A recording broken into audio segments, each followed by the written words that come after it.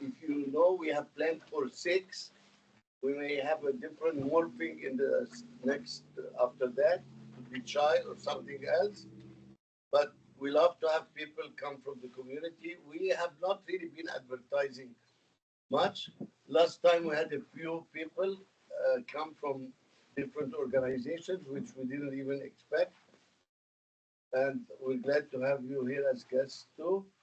And yeah, we lost someone here too. And as you see, we have a lot of also our own students and workers at Hive and guests here. And today I'm lucky to introduce a special speaker who will probably give us a lot of challenges. He's a non-compliance guy, and he's Michael Losavio. He's a JD. He's a lawyer, and he teaches criminology. So he learns a lot from these things, and he has a very interesting history. He started, I think, his career in math before he went to law school. We collaborated a lot in many things, including cybersecurity for smart cities and other things. And it's lucky to have him here. So maybe I'll not let you introduce yourself, but I'll ask you a way to tell us a little bit about what got you in this interest in cyber and AI, and what got you to drift in this area, and how did it happen? And I know lawyers like to talk, so we limit your time so we can ask you more questions. Any one of you can hold up your hand saying stop. You got that? All right.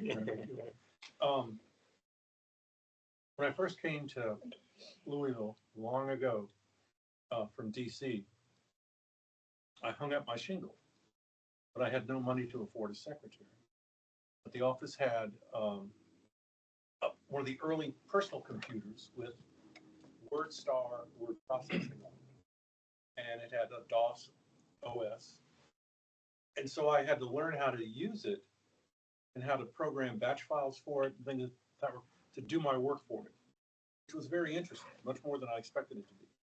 Because when I was your age, back in early days of college, if you were doing computer science, it meant going to the computer center at 2 in the morning with a stack of cards, punched cards, that you then left. You would either wait for 2 hours to have it run, you got a printout that showed all the errors you made, or you just went home, went to bed, and came back and did it. Didn't seem interesting. And the personal computer revolution at least began to change my perspective on that. Becoming interested in it, I was got asked to teach at a local college for their paralegal program on computer applications in legal practice. And I said, sure, both because it was interesting and it was a regular paycheck. A great thing. And from that, I got to learn more about computing and all the problems that were developing within computing profession in the early 90s, particularly issues relating to copyright violations and security violations. So I talked to Dr. El-Maghrabi's department chair, and he said, well, you should teach a class on that. And so I began teaching there, got to know Adel and all of his colleagues, and things just rolled on from there. So he started teaching our ethical and legal aspects of computing course way back, and it really was a popular course, and we appreciate that. I'll move to the next question. What is, from your perspective, about algorithmic fairness or algorithmic ethics? Is there anything you would, from your perspective, a brief definition or a way to score it in a way to say, is it fair, is it ethical, is it legal? What would be the points you'd look at? Since we're talking about the application of algorithmic systems to human affairs, All the legal principles apply, all the ethical principles apply. But devil is in the details, in that most people, when they're programming a system, don't really know what the legal limitations are. Unless they went to our department, they wouldn't have known about any ethical concerns in what they're doing. So we would also tell our students, by the way, you're working in industry, you come across an ethical or legal potential violation from what you've been told to do, don't bring it up in a staff meeting. Go talk to your supervisor one-on-one, so nobody gets embarrassed, but he is then apprised of what is going on and what you think is a risk to the company, to our users, and to his career if it blows up.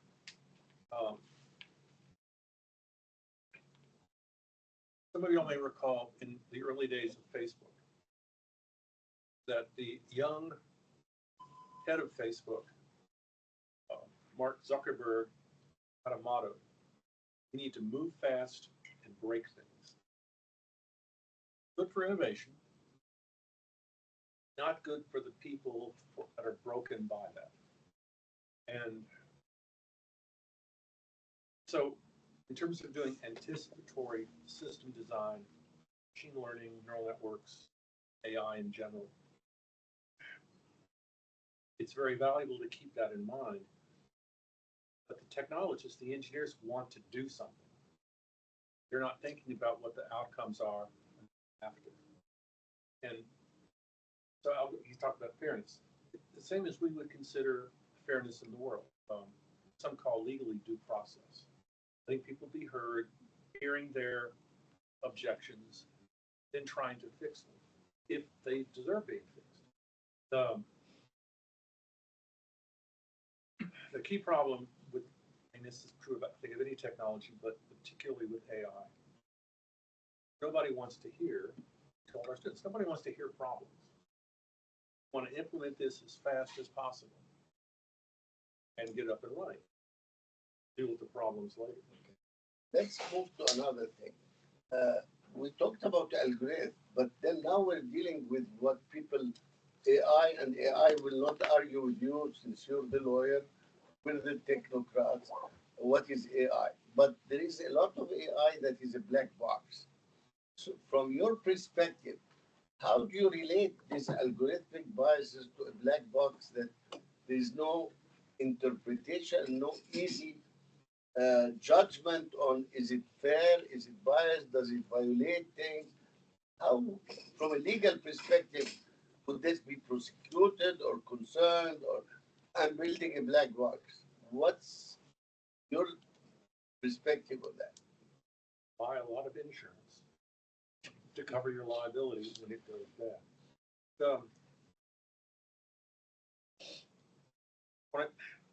Oddly enough, I was at a conference in India where I first heard a computer science professor from the United States was talking about this.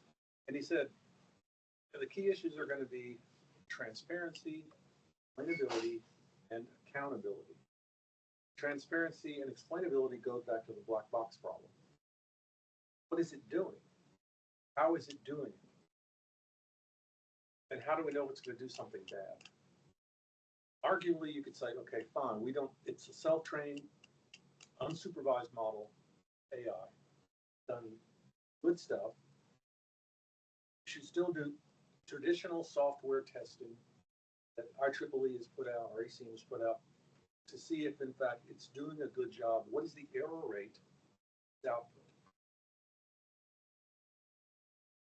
I don't know that we do that much. Because again, why do you want to do testing for problems? Get it into the market. Okay, that takes us to the liability because you mentioned insurance. People buy insurance, but who is really liable? Forget about paying for it rather than worrying about it. Who is really liable in these cases of the AI being deployed? Is it the developer? Is it the data source that we trained on? Or is it the one who deploys it as a business? So there are many aspects there. The people who provided the data, the developers, maybe the AI, maybe technique that was developed rather than the person who even applied it. And then there are the people who will sell it as a business. So when does the buck stop? Excellent question. Speaking as an American lawyer, everybody's liable. We're going to sue everyone. But if you look, there is a hierarchy of liability, of responsibility, accountability. And the first, you begin at the beginning, the developers. Well, they have a responsibility. They then pass this on to someone. Then it's either going to sell it or deploy it or use it. So it's how close that developer, that programmer is to the end use may say how much liability they have. But generally, unless they knowingly put a dangerous product in the market, they won't be personally liable, but their employer will be. That's the first person you get to. Who employed this person? Who developed it? Okay, we made it.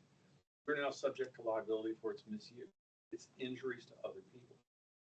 Then you've got, as you said, you then put it into the chain of commerce. So the people that downstream who then take it and sell it or customize it for particular businesses, they can be equally. Then they deploy it to a business and the business uses it and they start hurting people. They then become liable. Notice they'll go back up the chain. The company will then point the finger at the person that sold it to them. They'll point the finger back at the developing company. Say but everybody's going to hold liability there, at least under American law, except in rare circumstances, because you pay. No, but there is a layer that people have ignored, and that's why I want to challenge you again, the layer of data. Because the source that gave me the data gave me the biases and the problems that they did in the past. Are they liable? Because I'm using their biases to hurt people. My AI only extrapolated or generalized their biases and their illegal actions or malpractice actions if it's in healthcare or if it's insurance or housing or loans, it is the discrimination practices. I'm using this to extrapolate by the AI. So why should the AI be liable rather than the people who we train the AI on? And that's where the challenge that I'm always having. Yes. Traditionally, custodian of the data will not be liable because they've just aggregated information. Okay. Unless they know that the data is tainted, which is a problem. If you're looking at, say, data for granting somebody a mortgage, they've known for decades that the mortgage data that was used to grant mortgages historically has been racially biased. If red lines districts is the term they use, says if you live on this side of the line, you get a lower rate than the person who's on the other side of this line. So we know that we know it's tainted, but we still use it. It's part of the training corpus for an AI model. Yeah. And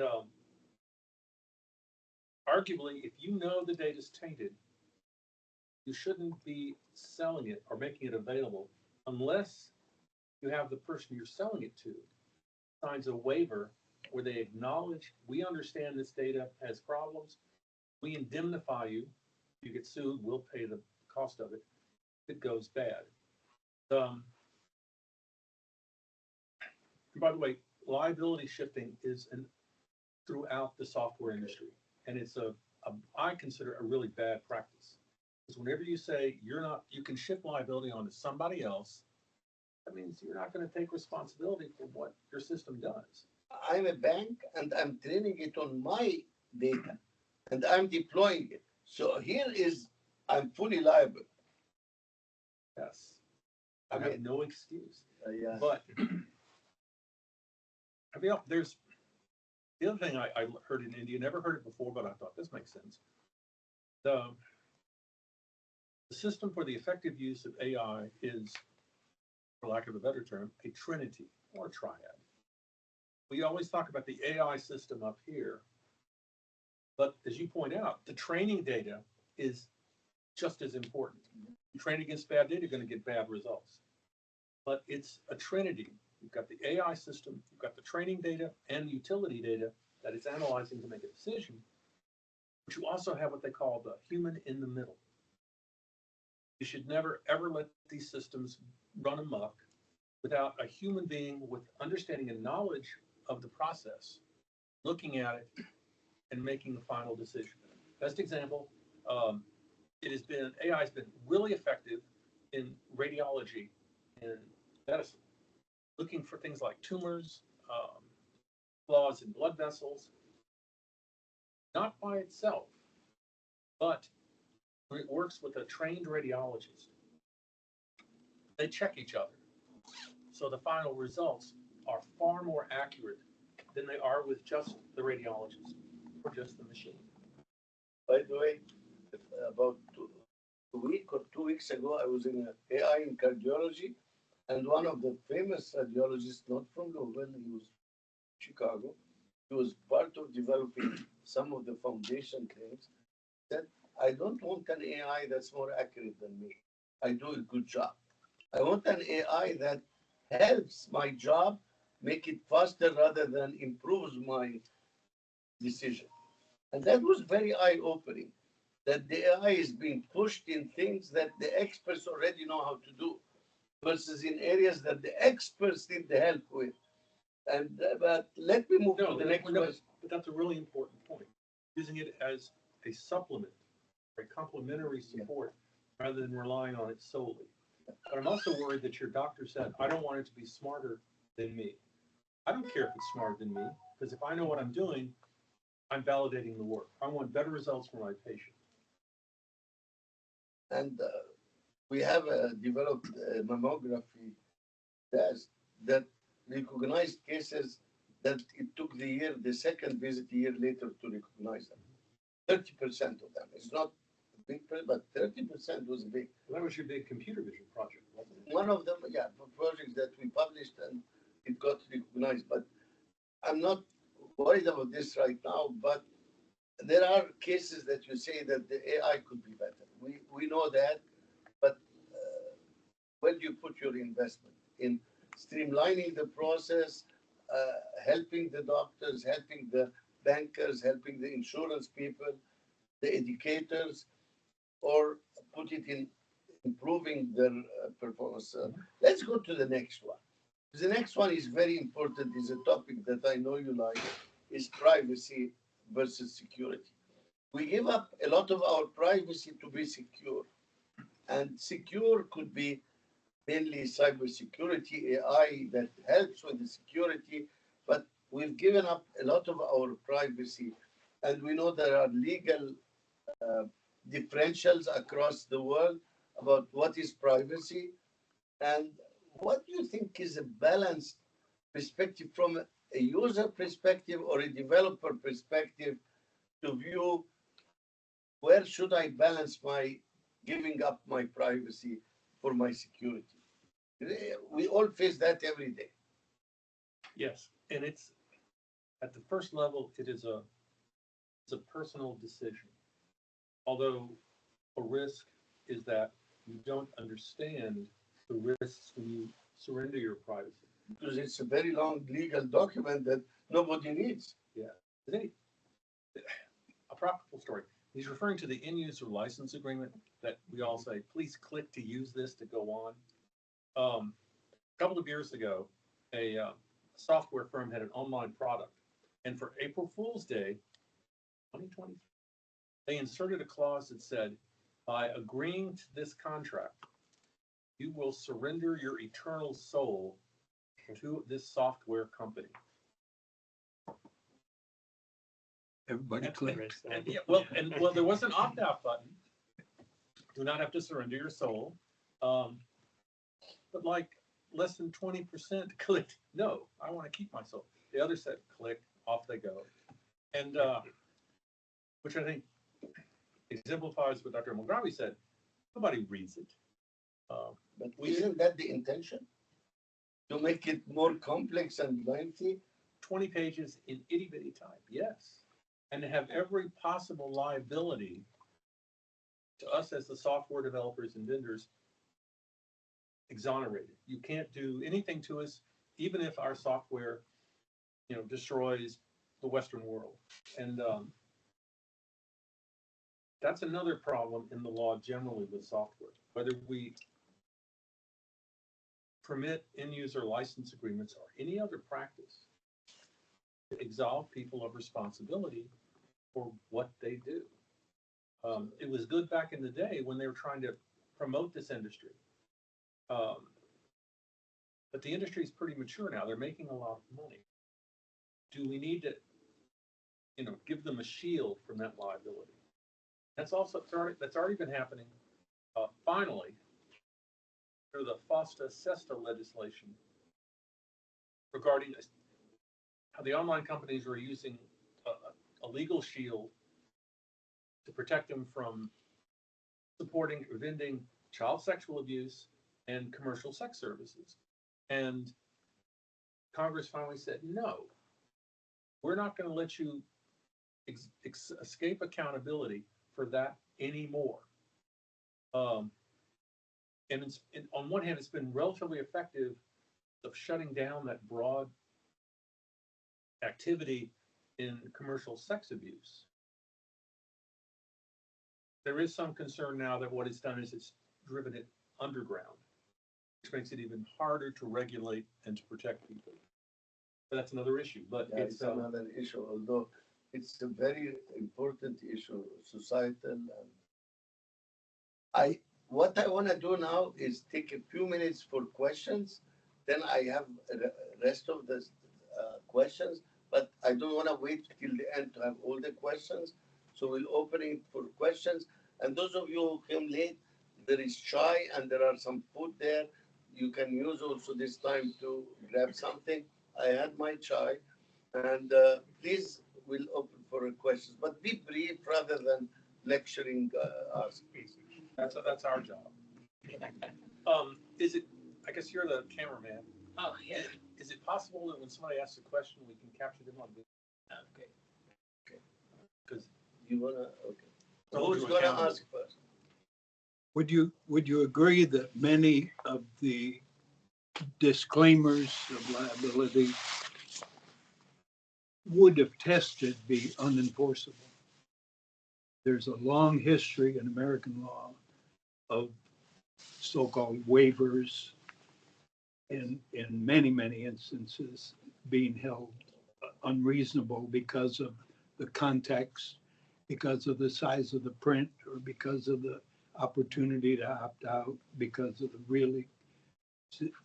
And we're in a situation when we're asking today about specific questions about liability. They haven't all been answered yet. It's pretty new. Right. And the law is common sense, except as modified by statute. And the legislatures haven't done much acting yet. and thank you. And your name, sir, is Herb? Thank you, Herb. Another recovering attorney. The by and large, the EULA's end-user license agreements and shrink wrap licenses from the earlier days, those have all been upheld, except in cases, as Herb points out, where they just got so extreme that a court would say, this is abuse of contract, abuse of copyright. We're not going to uphold it. Thus, in fact, even if you didn't click on the I do not agree to surrender my soul button, the court would probably not uphold the company getting your soul. But those are few and far between. The seminal case back, I guess, in the late 90s, Pro CD versus Eidenberg, the United States Seventh Circuit out of Chicago, dealt with exactly that issue. The court said, no. When you agree to this, you're held to the terms of the contract. If you didn't agree to it, you can get it, take it back and get your money. but you're tied to it. Very, very tough. The Zeidenberg case was difficult because ProCD had spent millions putting together a telephone directory of all the phone numbers in the United States. And they were doing well with it. They're selling it as a CD set for businesses. Zeidenberg went and bought one down at the local store, ripped every one of the CDs into an online file, and began running his online service telephone number. And I mean, the judges, I'm sure, were thinking, well, this is just wrong. And you don't like those hard cases coming up because then you're going to get a hard result. And pretty much every circuit, federal circuit in the United States, has pretty much gone along with that. Most are not quite as extreme as our colleague here points out, but you're still kind of locked there. Let's try to move forward, but I think that this kind of answered your question. There is a question from the back there. Can you identify and speak loud? And your name is? My name is Vivek, and I also own a tech consulting LLC. And there's something that I've recently been researching on, and that's called like generative engine optimization. There's just like SEO in terms of Google searches into AI, where you search like top tech consulting LLCs in Louisville and your name pops up. So that's the SEO in AI, where you search for any services in AI. And related to that, there is one file when you make your website that's something called robots.txt, in which you allow some of the web crawlers, even like OpenAI and Google Gemini's AI crawlers, which they use to get their knowledge base. And you allow those bots to like crawl your website to get all the information. And nowadays, people are not just focusing on traditional SEO, but they're also focusing on getting their ranking up in the generative search. That's the generative engine optimization. But since you allow the web crawlers to go through all of your website and all of the pages, what are some privacy and security concerns related to that? Thank you. Thank you. That's a tremendous question, which is probably worth several law review articles. Because it's a huge unanswered question. We have, and it goes all the way back to the early days of the World Wide Web. You put up a HTML file without any security up on a web page. And it's simply kind of been assumed that you're letting people look at it. Because access to a computer and a file without permission is a crime under US law. But we tacitly said, well, this is okay. You put it up there so it can be accessed. Mm-hmm. That's pretty much the attitude now.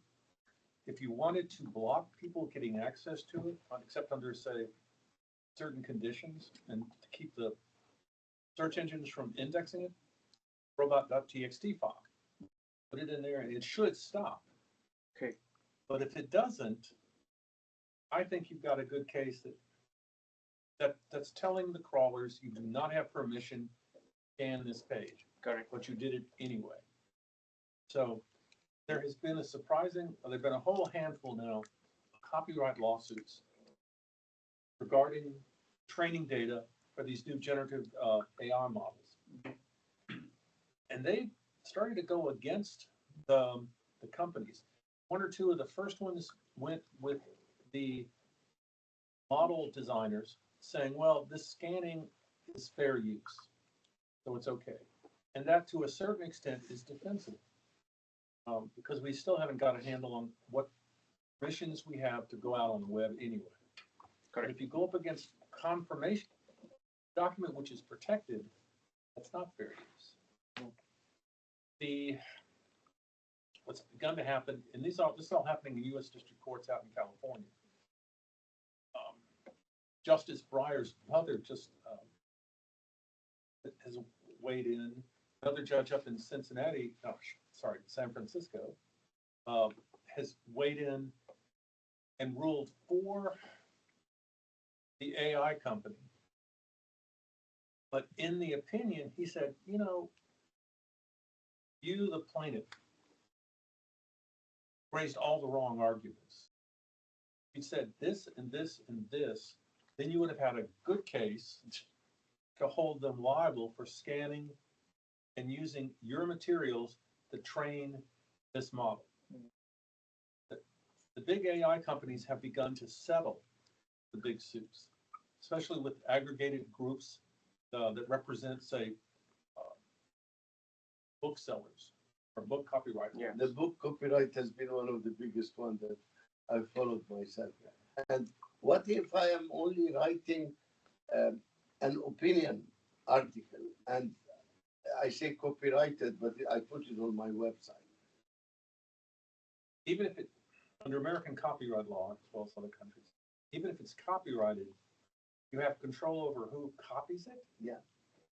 But there is also a doctrine called fair use, which is that if somebody copies it and reads it for a semi-non-commercial educational purpose, like pretty much everybody who scans the web does, then that's okay. And that's an important idea, because if you were to start saying every access to a file, an HTML file, was a potential copyright violation, potential privacy violation, then you'd shut down the whole system, because then everything would be barred. Let's have one more question and I'll get back to ask. Thank you so much. Thank you. Thank you. Good question. Other Tough questions? Yeah. Tough question. Why are you asking all tough questions? Adel, tough people ask tough questions. right. And tough people answers those. So, All right. thank you. One more question. We need to give him another tough question. Oh, easy. Sure. No, you don't have any? Okay. Yes, sir. What about the, Wait, your name? I'm Joe McMillan. What about this free speech fiasco going on there? How would that affect AI? Which free speech fiasco? We have a bunch of them now. Well, that's what I'm talking about. We have a bunch of them. Okay. Are you relating to AI generated speech or AI generated videos, for example? Because these are very interesting topics about how free am I to mimic someone Yes. Yeah. and with AI. Maybe would that maybe he'll give us. Video, audio, Yeah. the whole Maybe- nine yards. Maybe you'll give us some guidance there, because we're having fun with that. Well, see, okay, so he gave us like 3 or 4 law review articles. That's 5 or 6 law review articles right there. And it's one of the toughest points, certainly in the legal community, because all the traditional doctrines are starting to jam up against each other.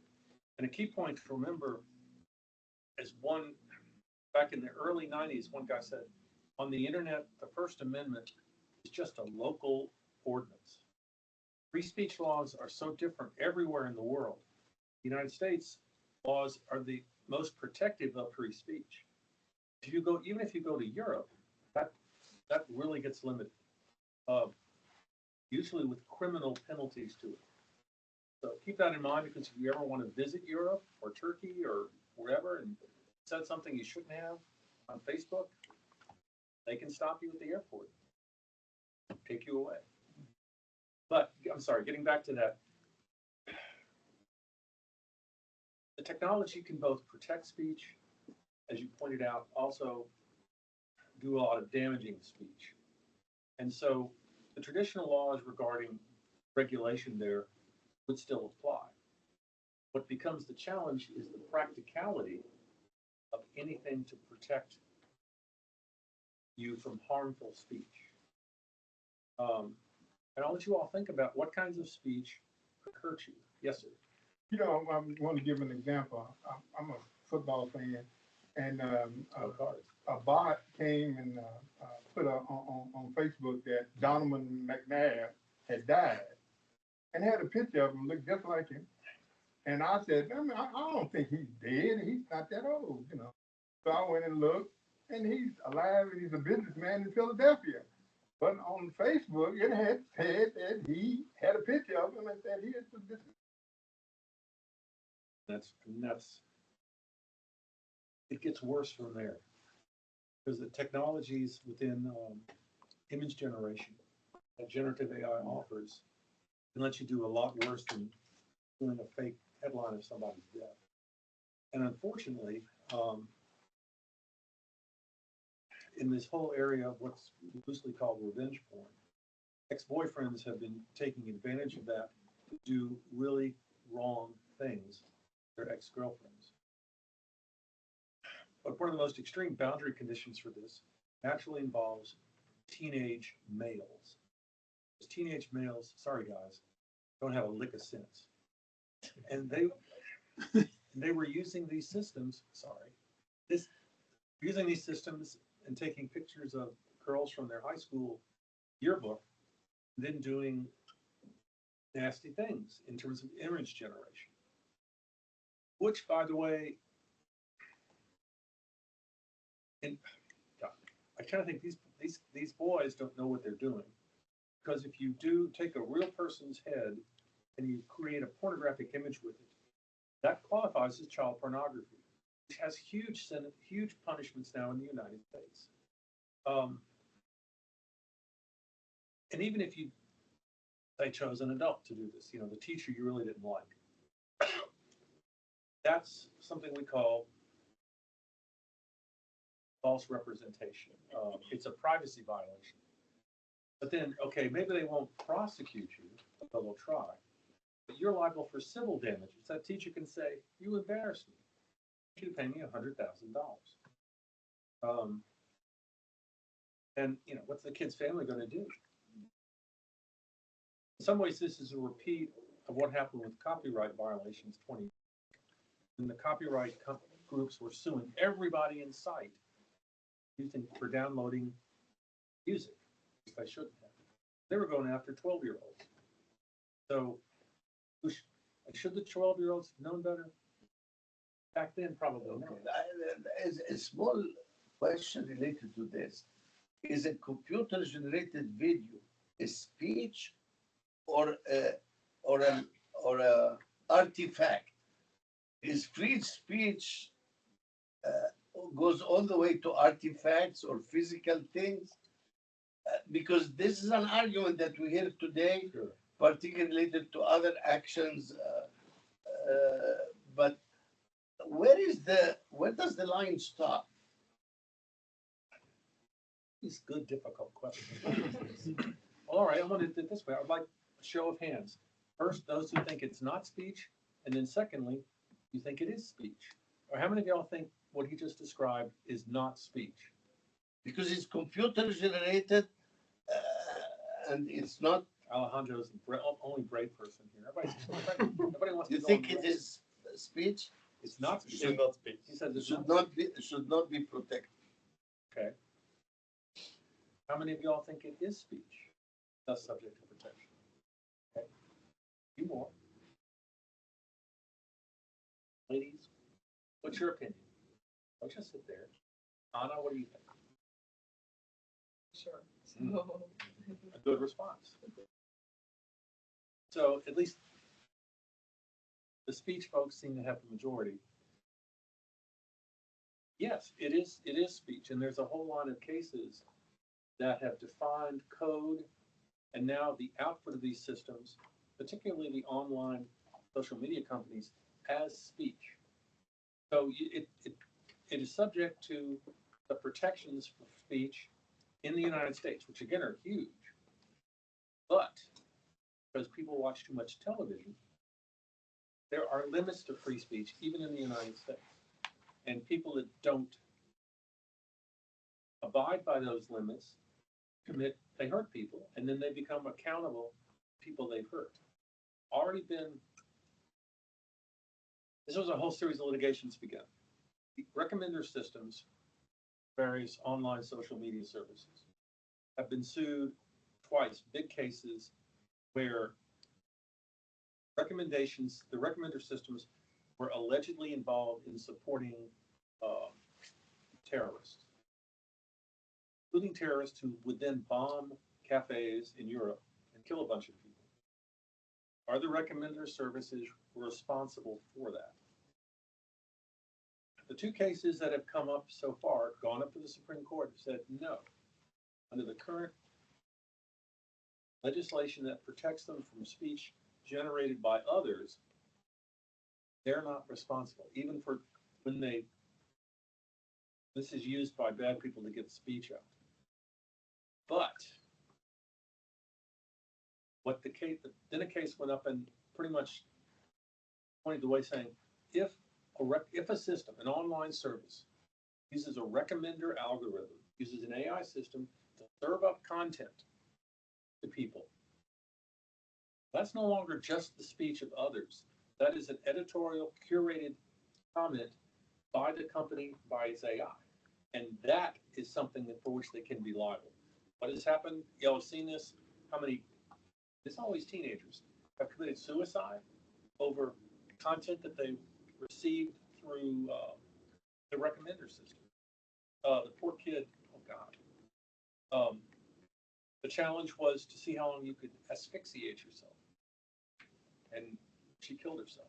Why? She got that from recommended content from the social media company. Let's move to something more positive. Look at the future. No. Nobody hires a lawyer if it's positive. Well, a lawyer can tell us how to, okay. Keep it positive. Because you highlighted something very important, which is the man in the loop, or the human in the loop. No biases here. Kept saying he when you referred to your boss, and it kind of irked me. But let's, Boss. no, I mean, so let's look at the human in the loop idea in the AI, because it shifts liability in some sense to the Yes. human, and that's a very important. So if you are designing a system and want to maximize the benefit and shift the liability from the software people, would you insist to have the human in the loop, the doctor, the banker, the insurance agent, the educator who is grading? I mean, what would be your ideal balance in a legal perspective? Unfortunately, that's a brilliant question. Why do you do this to me? No, it's a normal thing. We're working with physicians in some AI things, and we're working with businesses to extract knowledge from their information. And where do we put the real liability in our design? If it was my software product, I would insist there be a human in the loop. And I would even put in, and they've got to be trained in this so they can actually make determinations when the machine is messed up. Just like the radiology AI systems. Have a trained radiologist who looks at it. Why do you think people might not buy my product? Hiring a person is more money. They want to do it on the cheap. So we want a product that says, oh, we don't make mistakes. You don't need a human in the loop. It'll go right through and everything will be fine and life will be good. And we've had a number of instances where that was the model that was followed, and a lot of people were hurt. And of course, if it's a government doing it, the government may or may not ever acknowledge. No, we have military systems too that has an intelligence in the loop, and we know that some fail. I was by chance chatting with someone recently about the system I'm familiar with, which is deployed by the Navy, and they have a missile system that shot in 2 cases, was in the news. Friendly fire. No, it was not friendly fire. Was really they didn't like the other guys, but it was not intentional, and that's the issue. And it still made bad news and bad thing. And this system, I happen to be familiar with its very old version because we worked with the Navy way back. But there was no man in the loop in beyond a stage. And once the man in the loop is out, it just. There is, under the European AI Act, unless you apply one of the exceptions, that kind of technology is forbidden because it can kill people. And secondly, you don't have enough reliability in the system justify its deployment. There is a related example from the 80s, 70s. The early warning system of missile attacks from Russia, computer controlled, generated an alert that the United States had attacked attacked the Soviet Union. So naturally, they're responsible. We need to get our missiles up and back at them. The commander then looked at that and said, "That's not right. Something is wrong." So he said, "No, don't alert missile command. Let's start calling people and checking it out." And sure enough, the alert through the system was false. Came close to starting atomic war, and we wouldn't be here talking. But those are the risks if you take people out of the loop. In the United States, state of Michigan had an unemployment insurance compensation program. All of us who work pay money into this fund as insurance. So when if we lose our job, we will get paid money to survive until we get a new job. They decided to automate the system under an algorithmic model developed by SAS. And how many of y'all have used SAS products or SPSS? Some of those, yeah. So SAS is different. Yes. SPSS was bought by IBM. SAS is still a standalone company, North Carolina. And the coding was bad, and it started identifying, like 5,000 people were identified as having committed fraud against the unemployment compensation system. In Michigan, if you're found to have committed fraud, you have to pay back everything that you got. But even if you didn't get anything, you were fined. You had a penalty of 4 times the amount you received or the amount you claimed. And the system was so bad. It was even bad on notifying people about this.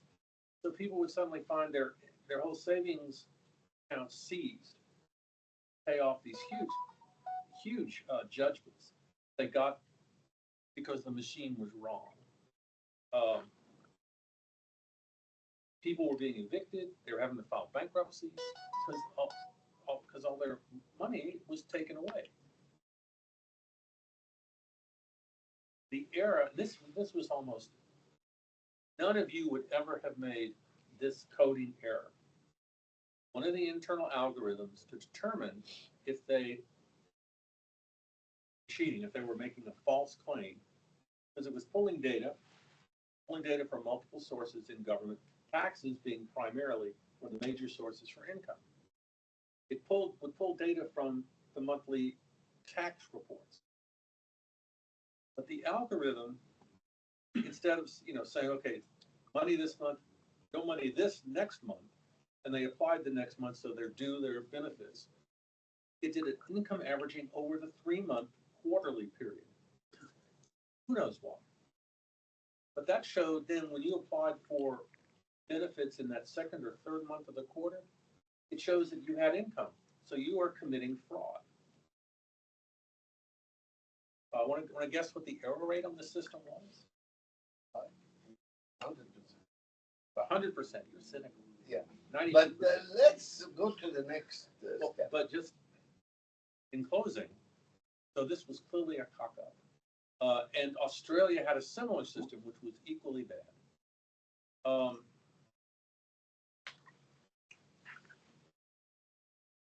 They finally said, we're going to shut it down, went to federal court, and I think one group of people got like $20 million in damages.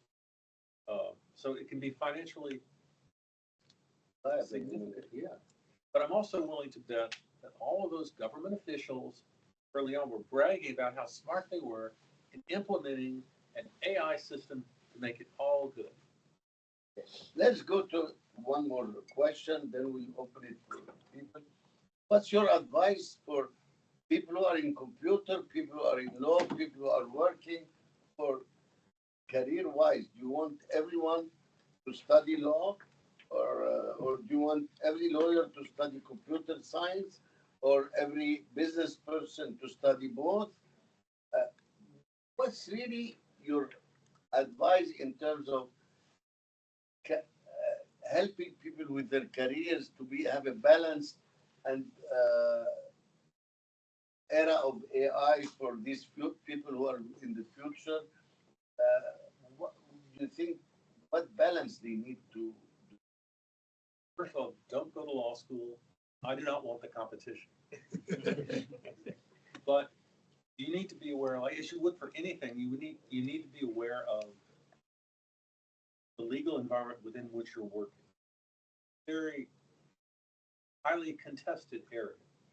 Result, the course on law and ethics that's being taught in computer engineering here at U of L, it's the only undergraduate program that I know of in Kentucky. And it's the minority of programs in the country that do that kind of training. And it still had objections in the department. Yeah. But at the same time, like the guy who was teaching software engineering, closing course, fourth year, he said, you know, the students that took your class all are much better in terms of incorporating those concerns. They're designing a solution for the class. So I think it's something, if only one course, I'll write a book and you can buy it and read it. But it's something you need to be aware of so that then it controls, it moderates what you are doing. But as I said earlier, we've also told our students, working in a human environment, don't call out your boss in a big meeting. This is a one-on-one discussion you need to have with him. And if you want to be, and if you're truly litigious, have all your points up, you email him all the concerns, and then you go see him. That way, at least you're on record of having told him Or her? or her. Okay. Sorry, ladies. Sorry. We want to make sure the young ladies know that they'll be the bosses of the future. Yeah. Right. But women make Because fewer mistakes. that will, yes, that will save the world, actually. But no, but that's a good point, is where do you get the balance between trying to prove your point and have a trace, a legal trace that you did it, versus and one-on-one in a world that people lack trust these days. Many people will not trust their boss, and some will. I mean, so it's a weird balance where you say, go talk to them, or first send them an email before you talk to them. That's an interesting way of. But trust and legality don't go together. I mean, because I'm from the generation where we have a nod, we have an agreement. We didn't have to sign anything.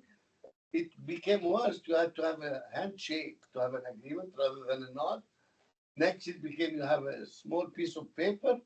Third, now it became many lawyers on both sides. And once the lawyers get involved, it just goes to hell. But that's where the balance of trust versus legality becomes interesting. But it's also where the knowledge of those issues, even if you're a computer professional, you know what you need to do. At least you know when. Then we call in the legal staff to say, let's look at this before something gets deployed and somebody gets. We also tell all the students in the class this, and since all of you are going to, once you've got your PhDs, you're going to go out and make millions of dollars in industry. Humana's hiring, so keep them in mind. But we also tell them this, okay, don't just look at the money, don't look at the paycheck. You need to do your due diligence on your employer, on the company you want to work for. Make sure that it's a company that if you say, we've got a problem, they'll listen to you. As opposed to a company that says, shut up, I don't want to hear that, go back to work. And it just rolls along and people suffer because of it. Let's have a couple of questions because it's like one now, and we try to keep people within the lunch hour period. So let's just have one or two questions if they are brief. Since I've been, forgive me, since I've been disrespectful to female contingent here, why not, let's have a question from you all. Any questions? Okay, no, we'll get the first people who didn't ask, then we'll get you. You know, we were talking about liability. Uh-huh. If AI hallucinates, still liable? How many of y'all have used a generative AI tool? Raise your hands. Go ahead. And just for the record, everybody raise their hand.